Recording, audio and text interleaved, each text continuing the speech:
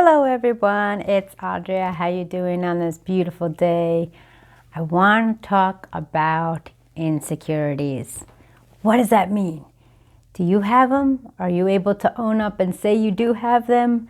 Whether it be jealousy, admiration, fear that you're not good enough, that you are always on the short end of the stick. These are insecurities, my friends, and these are so important to be aware about and make sure that you are understanding the root cause of where these insecurities came.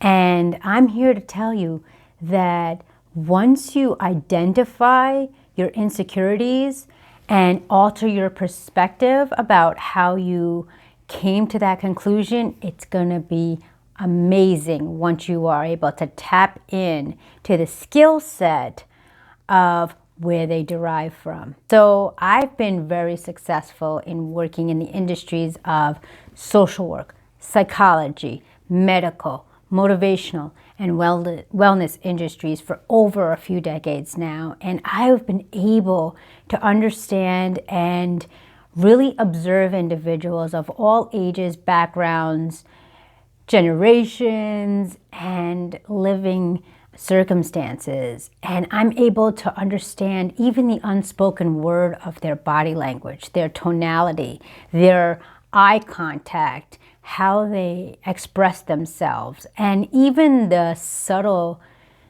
movements of their body posture, or if their lips are moving. Now I know that sounds weird, but it's a real thing.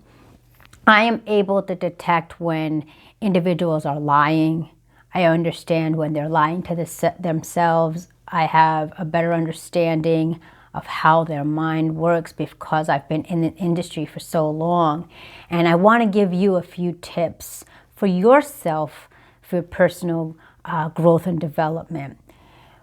When you are talking to someone and you have this feeling when you want to tell them something, whether it be about yourself or someone else, and you're not sure how they're going to react, you usually assess, okay, what if their behavior patterns when I tell them good information and bad information?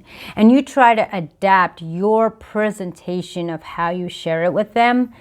Be mindful of how you want to hear or absorb the information.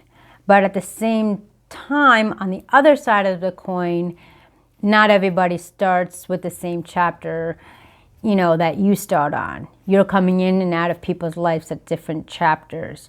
So when you are going to divulge something that's personal to you and you're really not ready to learn how to cope with it, be mindful of these key points.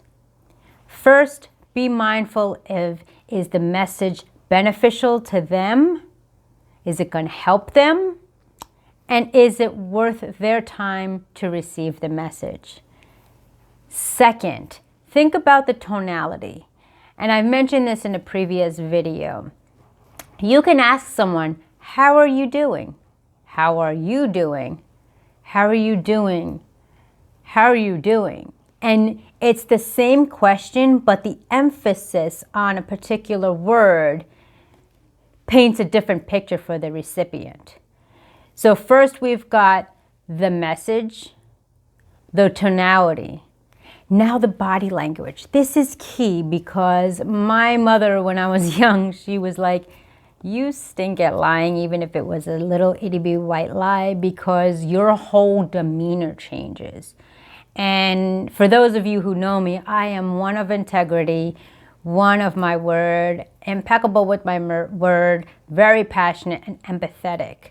So if I say something that's not valid, it doesn't come out right because I have created myself not to be that type of person. I say what I mean what I say, I show up, I'm here, I'm accountable, and I'm loyal. So when I say something that's false, I can barely get through the statement because I know that I don't believe it and it's not valid myself. So what I want you to be mindful is the message to tonality, and do you believe that the message can benefit or hurt the person? Also, in doing so, be mindful of your body language. If you have something exciting to tell someone, your voice gets higher, your body posture expands, and you're ready to share it with the world that you are so excited to release it.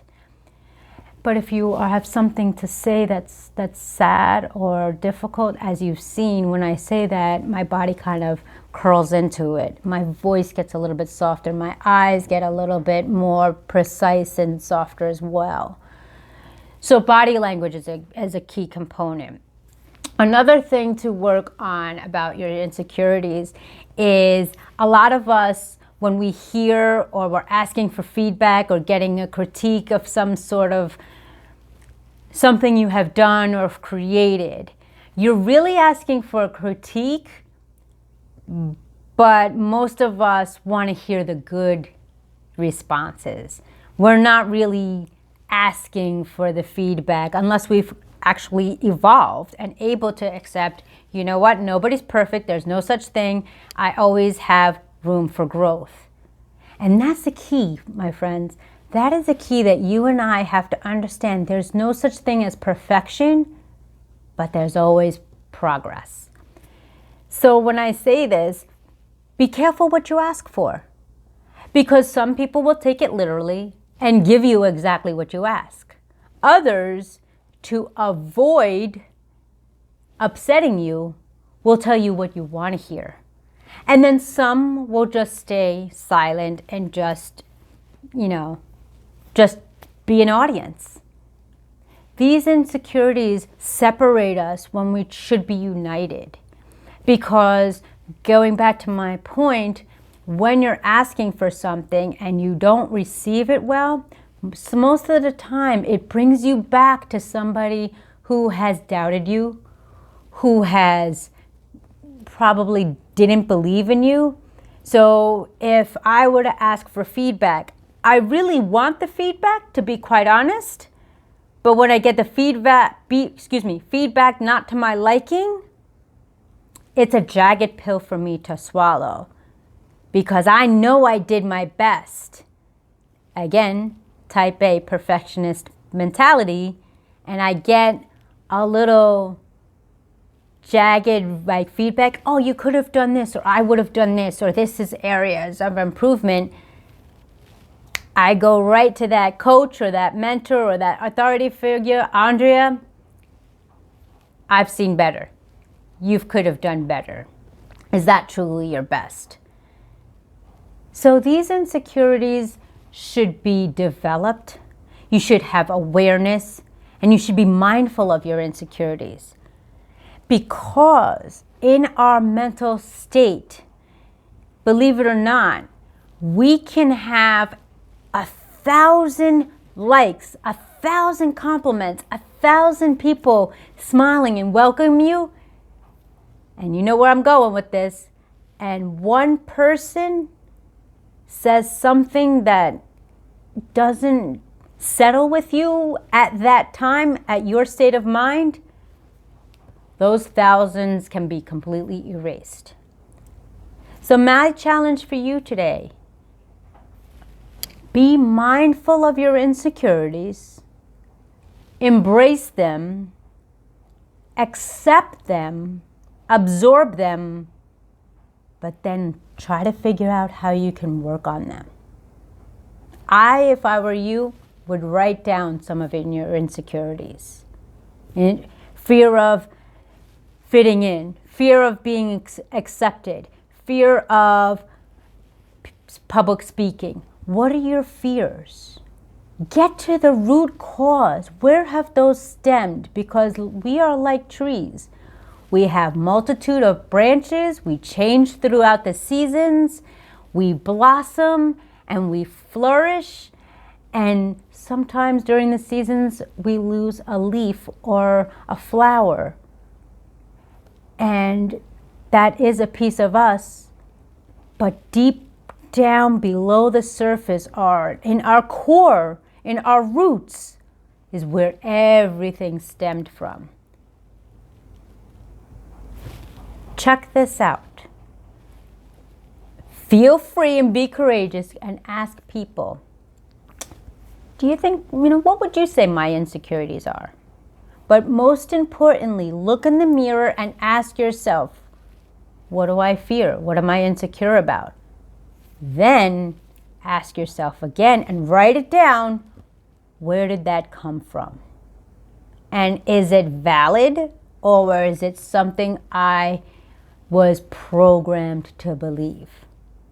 And I'm telling each and every one of you, if you do this on a daily basis, what do I fear? What is my insecurities?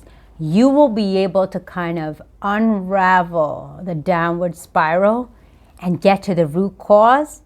And that's where the magic happens. Once you find out the root cause of a condition, you have a choice to turn it around and act on it. I thank you for watching. I want to have great love for you. I love you.